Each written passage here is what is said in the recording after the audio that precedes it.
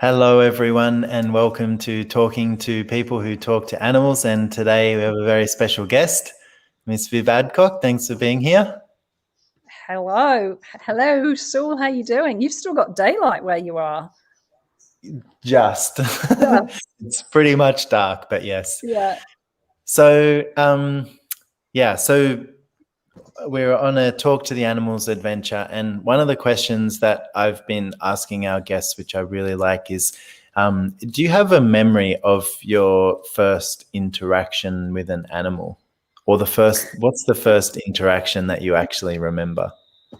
Well, it's a really cool story. It wasn't actually directly with an animal, but my mum she had a very warped sense of humor, and she would talk to the ants that came into the house. Like, it would piss her off that there were ants in the house, because this is England, right? Nothing ever creepy crawly ever goes anywhere in the UK. Your whole home is sterile. So if one little bug comes in, it's a big deal. It's not like living in Australia where it's just part of life. And she would talk to these ants. And I thought, that is the most bizarre thing, that my mother would talk to an ant. I'm like, yeah, talk to your dog, talk to your cat.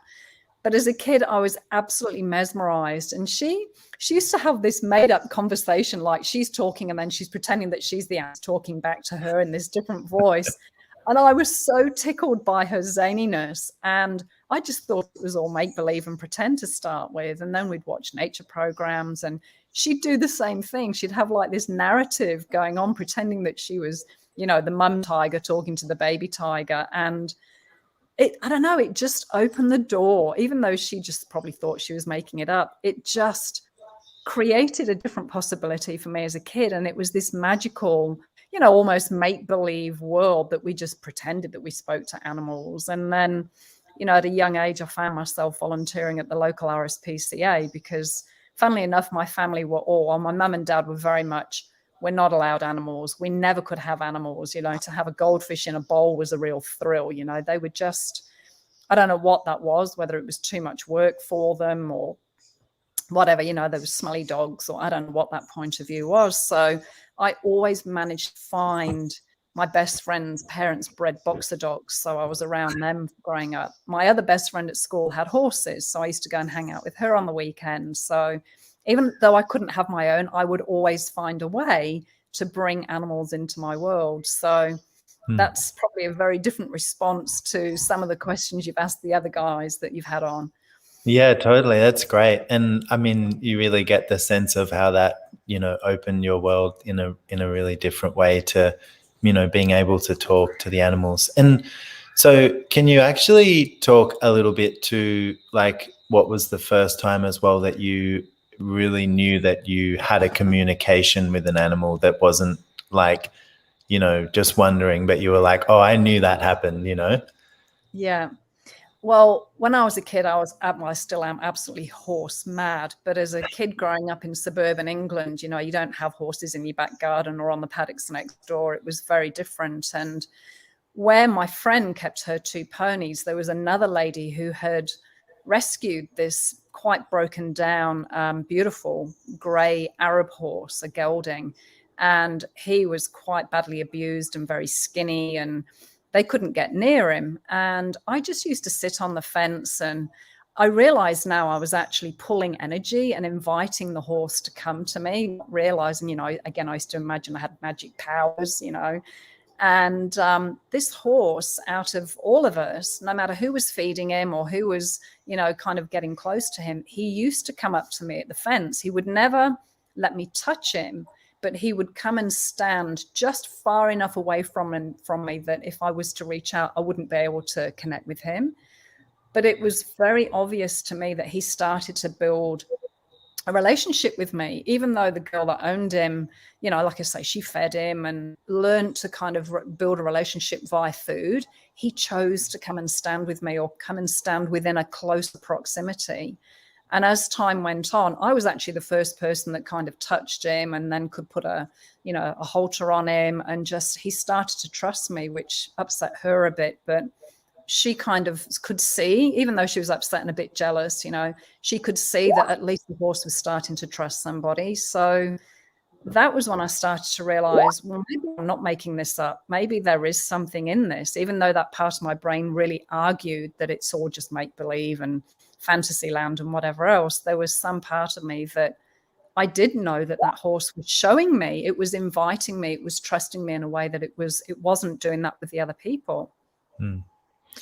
I love that, because there's a common thread there in, that, you're like being a space that is an invitation to the animals. And, like when you were young, you would find them in whatever way you could. And, it's just like, I think that's something as well that for a lot of people that might be watching as well, it's like, if you would like to have more interaction and engagement with the animals, like what space can you be to invite them into your life?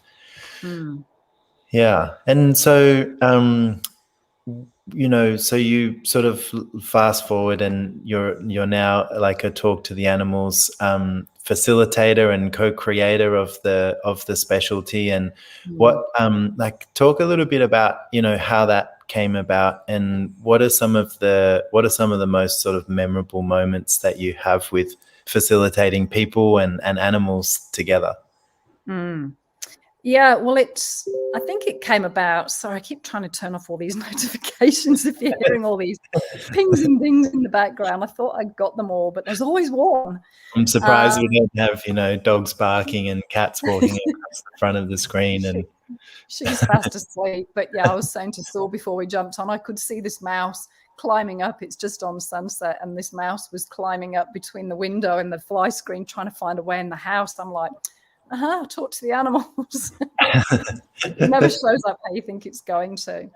Yeah, I mean, memorable things for me with the Talk to the Animals class was the lady bought her 2 dogs. This woman didn't have a clue about dogs. They were 2 little fluff balls that she bought for her kids.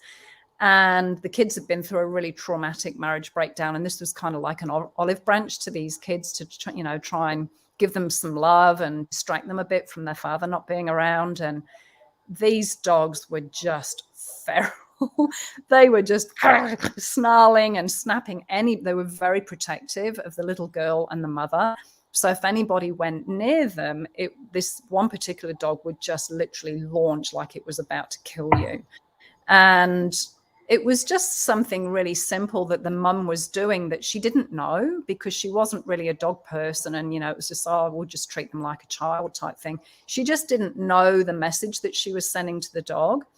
So we did a bit of processing with her, and she came as a favor to me almost, because I said, look, you've got problems with your dogs. Would you be willing to just come and be in the class with us and, be a kind of guinea pig? And she was like, yeah, sure, and you never know what's going to turn up with animals. There's no predictability. It really does invite you to be present and trust that and use the tools. And she was really vulnerable, because it was more about facilitating her with finding a way to gently open the door with her to kind of go, hey, look, you're giving a mixed message. And if you just do this, if you try something different.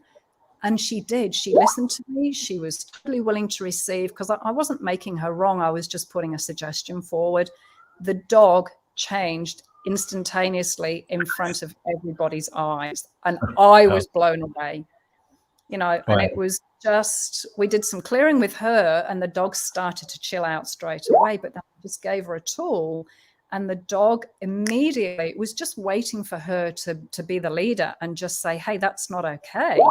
I've got this. This isn't your responsibility. And everybody was like, wow, it can be that instantaneous and that easy. And she's a friend of mine, and she contacted me later that night, and she drove an hour and a half to come and be with us for this class. And she said, I don't know what you've done with the dogs. She said, but they're calm and they're really quiet, and they're not barking at everything at the front door. And she said she actually took a photograph of the dogs in the car on the way home, because normally they would just go bananas in the car. And I'm like, how do you put up with that? Driving in a car with dogs just going crazy. And she took a photograph of the dogs all quiet and curled up in the back seat. And she just sent the picture to me going, I don't know what you've done, but this is like you've medicated them or something. So this is incredible. That's amazing. And so that was a massive for me. And sorry, still interrupting you, but as a facilitator, when you literally see this change instantaneously in front of your eyes, it is undeniable. It is absolutely undeniable, because there's no, animals don't pretend, they don't, oh, I'll be on best behavior now because everybody's watching. It's like, it's raw, it's right in front of you, it's real and undeniable. Yeah.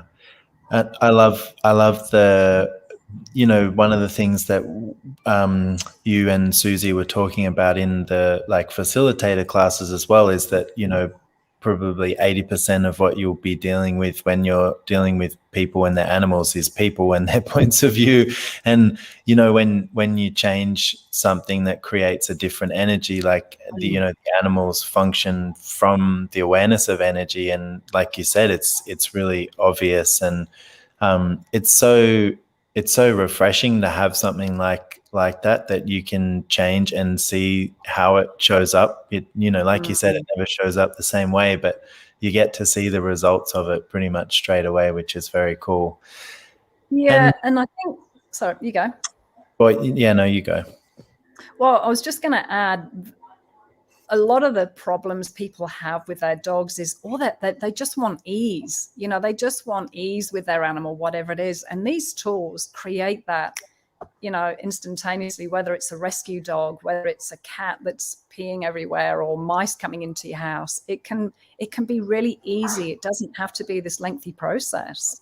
And, I know that you spend a lot of time with animals, and it's like, what are some of the things that you have, I guess, learned while facilitating people and animals, and what are some of the ways that sort of animals contribute to you and your life and your living?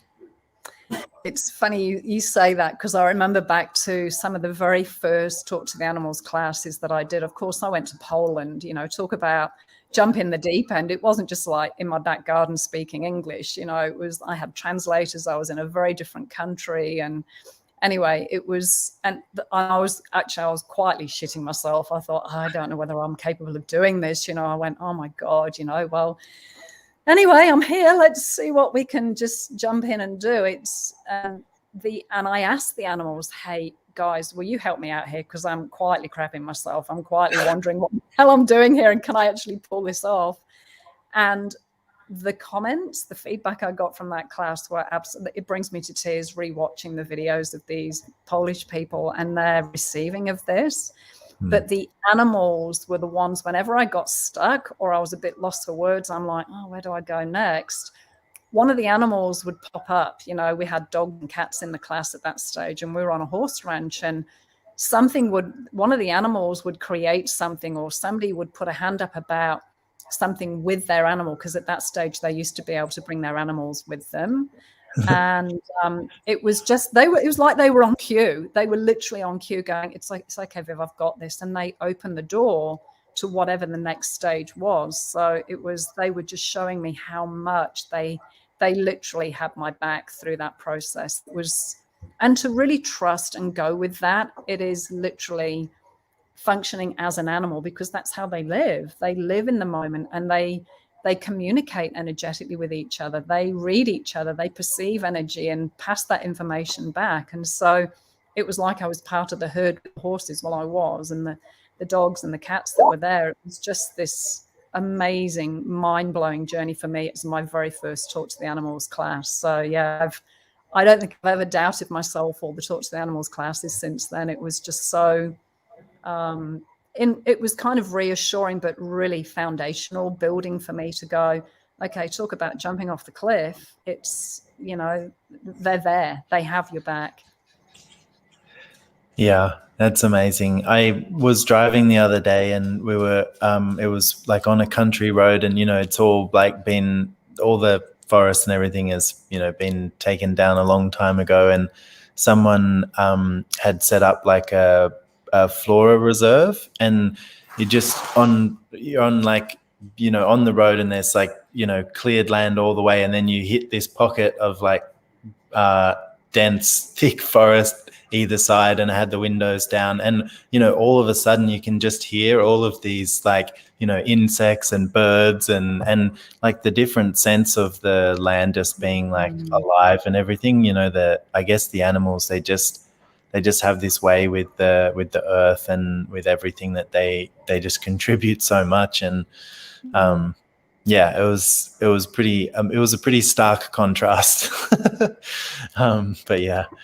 Yeah, So, and that yeah. acknowledgement too, Saul, of how, it's like the symphony. You listen to the bird song in the morning, it's just the energy that contributes. And I always look at the vibration that it shifts as well with that bird song and the kits and everything else. It's this beautiful symphony that works together. Yeah, on the last live that we did, the crickets were really loud, and people were commenting, "Have you got the kettle boiling in the background, or what's going on?" Yeah. So, do you have anything in particular that sticks out in terms of your experience, like with animals? Like, is there anything that just you will sort of never forget that you'd like to share with people before we go? Yeah, I mean, I used to, not at the moment, but I used to rescue greyhounds, Australian greyhounds from the racetrack. I was fostering them, I should say. So basically the animals would come in pretty much straight off the racetrack in all sorts of stages of, disrepair and abuse and just shut down and anxiety and starvation and whatever else they'd arrived with. Every dog was different. Every dog was a different story. And there was one particular dog, Cooper, who had been in a medical lab. He was handed over to, I don't know, I think it went, the dogs go to this veterinary school where the trainee vets learn on live animals. So, part of my brain goes, yeah, I get that. But the other part of me goes, surely there's another way that you don't have to experiment on these live animals. But anyway, somehow Cooper had managed to get to this laboratory, and he spent the first 18 months of his life. He was 2 when he came to us. I have never seen a dog so traumatized in my life. He was basically kept in a cage. And they use greyhounds for bleeding. So it's basically the greyhound blood is it's compatible with all dog breeds. So it's like a universal blood group that can be used in transfusions. So it gets used to help dogs in surgery, as a blood transfusion would be in a person. So again, part of my brain goes, wow, that's amazing. And this dog, every time you went near it, it's obviously used to every time somebody approached this dog, they were going to needle it, they were going to put it to sleep, they were going to, do some kind of thing to it. So it was terrified, and it had learned that if it runs behind you, it learned that if it was in front of you, you could use your hands to get to it. So this dog would always run behind you. So the first day that I got home, and the very first day, it's going to probably make me cry now, it took us months to get this dog to actually come to the front of us. And he wouldn't touch us, and he wouldn't get again within range. But the day he actually stood in front of me and didn't need to run behind me was a major breakthrough. And this was he is definitely the most traumatized dog. Anyway, fast forward 2 years ahead from the time we got him, we actually chose to adopt this dog because he totally shown me so much and opened so many different doors than a traditional racing greyhound would have come through. So, and to this day, he's fat and he's happy and he's well loved and he's spoiled, and he's still very wary of people. He will still only go within, a close proximity. But the tools of talk to the animals, if I hadn't had those, I know full well that dog would have been put to sleep. I know that nobody would have been able, I shouldn't say nobody, but I doubt anybody would have had the tenacity and the perseverance to just be with that animal in the state he was in. So yeah, and it was very, very rewarding. And I guess the tools that you have, it's pretty rare that people have those tools available to them as well. So but what would it take for that to be different? What would it take for more people to have the talk to the animals tools? And And Gary Douglas, founder of Access Consciousness, one day he said to me, because I was asking him a question about, he was talking about creating with your body. And I'm like, what do you mean creating with your body? And he said, well, if you didn't have a body, could you do with the dogs what you do. And I'm like, what are you talking about? And it's this energy that we be that we don't even realize we're being. You know, when you're with children or when you're with people or when you're out in nature or you're surfing, it's like we be this energy that we don't even realize we're being. And yet him acknowledging that and me going into the question of what's he talking about got me to acknowledge that it's a space that we learn to be. And when we're being that space, it's like we embody, how do I even put that into words? We embody how consciousness is. We embody how consciousness functions, that there's just no force, there's no pressure, there's no expectation, there's just this intensity of being. And with that intensity of being, there's an intensity of receiving. And so for me, the tools of Talk to the Animals have kind of almost fast forwarded, if you like, my own ability to step into embodying more consciousness, if that makes sense. Yeah, it totally does. And I think that's hello. Here you go, look, there she is. Oh, hello. Hi, beautiful. Sorry, no, I love it. I think that's a great place to leave it as well. But I know that you and Susie have a call, a free call coming up soon, and people can find it on Susie's website. Yeah, so susiegodsey.com, Godsey, which is yes dog spelled backwards.